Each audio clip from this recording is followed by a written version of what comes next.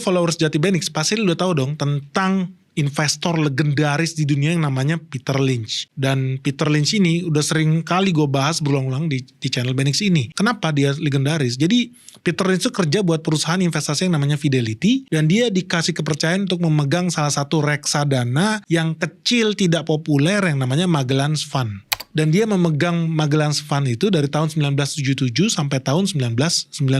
Apa yang bikin dia luar biasa? Banyak kok manajer investasi di luar sana. Apa yang buat Peter Lynch ini berbeda? Bahwa apa? Selama dia bekerja di Magellan's Fund itu, dia ternyata bisa konsisten mengalahkan pertumbuhan S&P 500 sampai 2 kali lipat. Jadi S&P 500 ini kumpulan saham-saham beken lah di Amerika. Kalau di Indonesia kayak LQ45 lah. Jadi kalau misalnya LQ45 setahun bisa tumbuh cuma 7%. Peter Lynch itu dalam 1 tahun bisa tumbuh 29% lebih. Dan ini dia lakukan secara konsisten setiap tahun.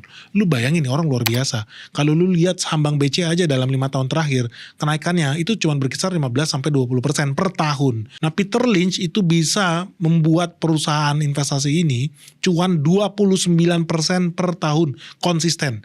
Gila nggak? Bunga bank aja nih kalau lu nabung sekarang 7% doang paling. Berarti Peter Lynch itu bisa kasih cuan tuh 4 kali lipat bunga deposito secara konsisten.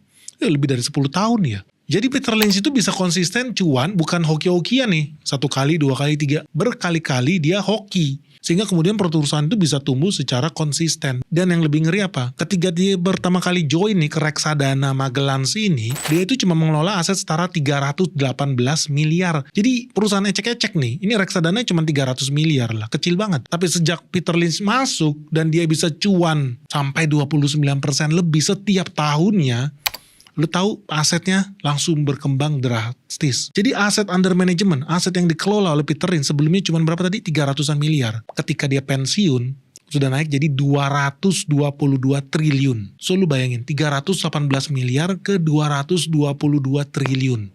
Karena apa? Karena Peter Lynch. Jadi ini orang bukan cuan-cuan receh guys. Ini orang mengelola duit yang sangat besar dan tumbuh terus, dan dia lakukan secara konsisten.